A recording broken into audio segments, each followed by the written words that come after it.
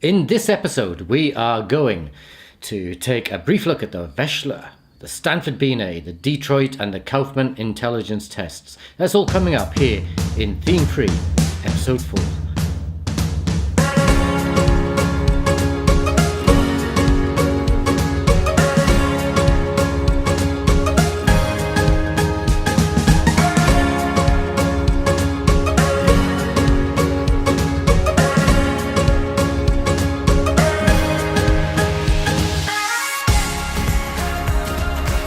Though this theme is about testing adults, we're going to be looking at tests for children. Hey, we've got to think about the children in all this, haven't we? So, the Wechsler scale has been fully standardized. This is what we're talking about now. The Wechsler scale is the test that's been fully standardized with a representative sample of the population. It has been found to have very high levels of reliability and validity, and the test has core subtests that cover 4 factors.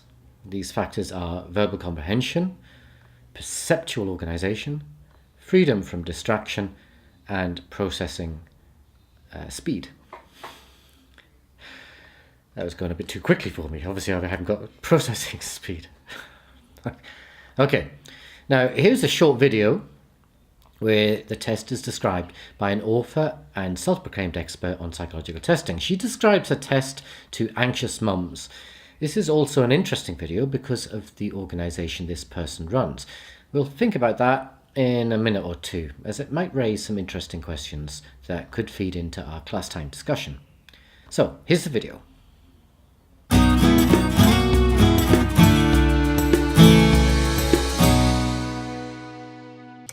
Hi, I'm Karen Quinn, co-founder of TestingMom.com. If your child is going to be taking the WISC-4 or Wechsler Intelligence Scale for admission to a gifted program or private school, you're probably a little worried. What is this test like? How will my child do? Is there anything we can do to prepare? The WISC is a verbal and performance-based IQ test that is often used to assess for gifted program and private school entry. It's given to children ages 7 to 16 by a psychologist and takes an hour to an hour and a half to administer, depending on whether or not all the subtests are given. For each section of this test, children start out with easier questions and they keep going until they miss 4 or 5 in a row. There are 15 different subtests on the WISC. Let's take a look at the types of questions that children will see on this test. Here is a figural matrix or visual analogy question, which is one of the most common types of questions found on any IQ test. The child must decide what the relationship is between the figures on top, then choose an answer that goes in the empty box that will create the same relationship between the 2 figures on the bottom. Here, the second answer is correct. In this picture concept question, the child sees 3 pictures in 3 rows. He must choose 1 picture from each row that goes together. In this case, number 2, 4, and 7 are all pictures of items you find in the kitchen. Here is an example of what the cancellation subtest is like. This is a supplemental section, so it isn't always given. The child sees a group of target pictures across the top. She must then mark the matching picture she sees in the randomly assembled group below. This is a timed subtest, so she must work quickly and accurately. These are just a few examples of the types of questions that are on the WISC-4. The questions are easier for younger children and become quite difficult for older kids. If your child is taking the WISC and you'd like to learn more about the kinds of questions on the test, visit us at the web address listed. There you can immediately access our free ebook, The Testing Survival Guide, Pre-K to 6th grade. This guide not only explains the different types of questions that are on the WISC and other similar tests that children take, it actually gives you 40 free practice questions you can review with your child. So visit our webpage now to access your free guide and sample questions.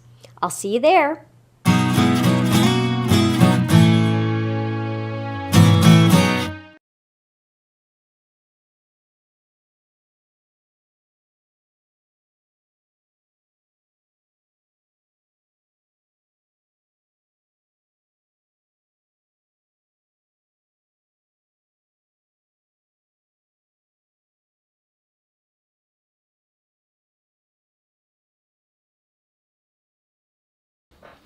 All right, here we go. Come on, Paul, you can do this. Now, let's turn to another one of the big tests. This is the Stanfordbinet Intelligence Scales, and we'll look at its latest iteration, the 5th edition. This scale began as a simple 30-item test back in 1905 and has developed into what is today a 5-factor test of intelligence. And it's undergone much development over the years. Have a look at this slide from the PowerPoint file. The PowerPoint file is next to this video, download on Moodle.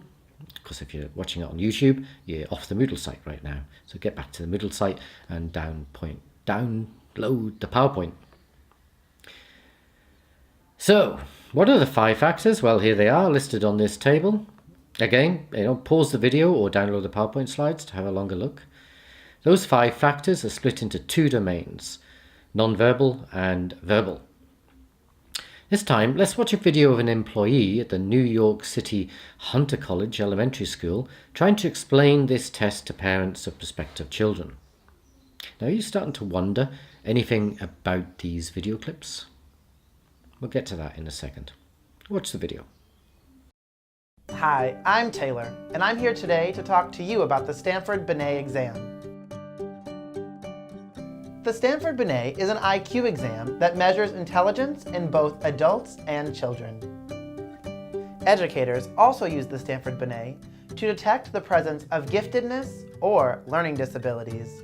In New York City, Hunter College Elementary School uses a modified version of the Stanfordbinet, or the Stanfordbinet 5, in round 1 of its admissions process. The only entrance point for Hunter College Elementary School is at the kindergarten level. Applicants must be 4 or turning 4 by the end of the year of the application deadline in order to be eligible for entrance into the school. This version of the Stanfordbinet is administered one-on-one by a psychologist, and parents are not allowed in the room during the administration. Once registered to take this test, parents will receive a list of only 4 testers. Parents must choose just one and then make an appointment with that office. The round 1 process begins immediately after the parent submits the application. From the date that the application is submitted, the family then only has 3 weeks to schedule and complete their child's testing. The test typically takes about 45 to 75 minutes, depending on the skill and the pace of the student. There are 5 areas tested on the Stanfordbinet 5, both verbal and nonverbal. However, this test is extremely verbal. These areas include fluid reasoning, knowledge, quantitative reasoning, working memory, and visual spatial processing.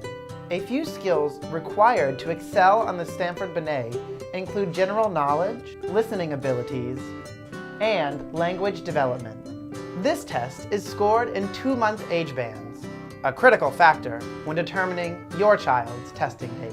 For admissions into Hunter, your child must meet the cutoff score that is determined each year and usually around or above 145. For those students who meet that cutoff score, they are then invited back for a round 2 process. Children will be assigned an appointment time, and Hunter does not take appointment time requests. At round 2, children meet in small groups where trained consultants observe their behaviors and interactions with not only their peers, but also the teachers. Families will receive an admissions decision via email or regular mail around February, following the fall of the test administration. The family then has only 1 week to respond yes or no. Here at Bright Kids, we have quite a few options to make sure that your child is prepared for the types of questions they will encounter on this exam. Bright Kids would recommend more preparation for those students where English is not the primary language spoken at home, given this exam is administered in English and requires a lot of verbal expressiveness. Hunter College Elementary School strongly discourages the exposure to a child of the Stanfordbinet prior to the formal administration of this exam. We also agree that a student should never be exposed to the actual Stanfordbinet, as it damages the integrity of the exam. However, here at Bright Kids, we would never expose your child to the actual Stanfordbinet. Our teachers focus on core skills such as vocabulary and comprehension. The wise course of action would be to avoid exposing your child to types of questions that resemble the exam too similarly. As long as you do this, you can proceed worry-free, educating your child on the foundational skills that are required to do well on this exam. Contact one of our friendly account managers today to learn more.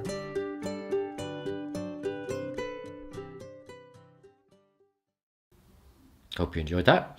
Now let's get on to the Detroit tests. These have 10 subtests that cover general ability and optimal levels of performance, and they contain 16 composites. The test covers 14 areas. Well, I'm not going to give you the detail here as it's all in the prescribed text.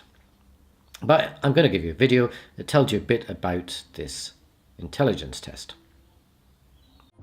In a few months, my life and the lives of the people you're about to meet will look nothing like they do today. And it all starts here. I can't kick his ass out because we went in on the place together. Your job interviews are just a little unconventional. Oh dear, that's not the Detroit test of learning aptitude. That's the US drama series Downtown Los Angeles. Damn you Google, damn you, and to hell you Google. Lesson learned here. We need to be very careful with acronyms, particularly when we're Googling them. Now, on to our penultimate test, the cognitive assessment system. I'm just going to give you a quick overview of the main points. Again, if you're looking for detail, you need to look in your prescribed text. And maybe just as a reminder, you know that these pre-recorded lectures, they're just really there to stimulate your thinking and for you to engage in our classroom discussion. So, this is a test given to children between the ages of 5 and 17, and it draws on PASS theory, P-A-S-S. You know that I talked about in episode 3? It has 12 subtests and produces 4 composite scores and offers a final full-scale score. The good things about this test are that it has a strong psychometric properties, good internal consistency, and has been nicely standardized. And it's all been very useful, particularly when it's used to assess children who are diagnosed as having ADHD, attention deficit hyperactivity disorder.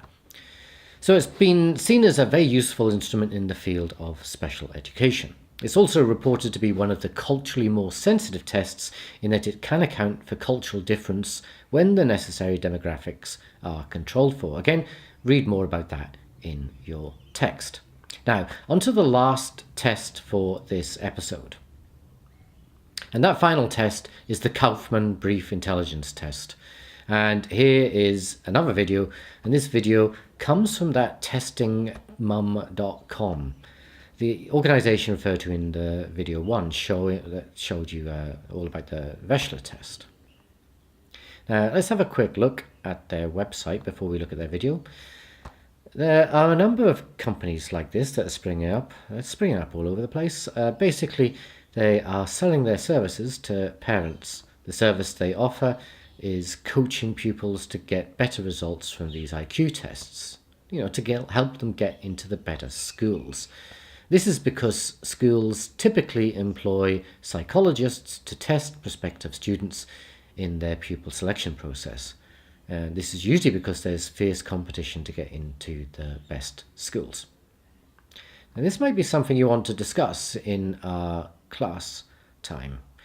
Coaching students so they perform better on these tests. What does that say about the validity of the tests? Also, do we think there are any ethical issues here?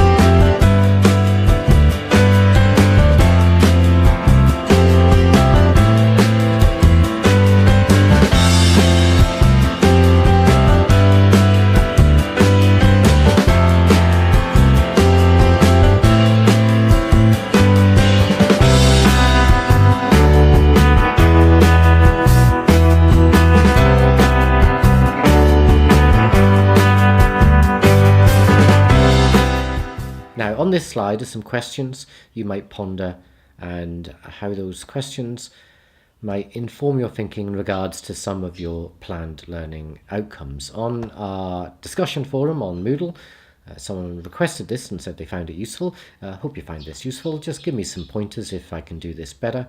But anyway, these slides show you the questions linked to the learning outcomes, so hopefully it'll help your revision, but also help our discussion in class.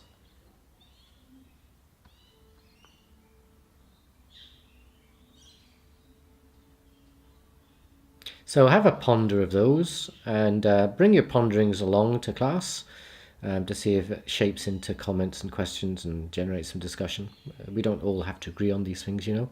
It's actually more lively and better educationally if we have disagreements about, you know, some of the points that we think will answer these questions. Anyway, so that's all for this episode, and coming up in Theme 3, Episode 5, well, this is going to be a special edition and I want to surprise you with it. So I'm not going to tell you what's coming up. I'm not going to tell you what it's all going to be about. I'm just going to say, see you soon. And ta-ra.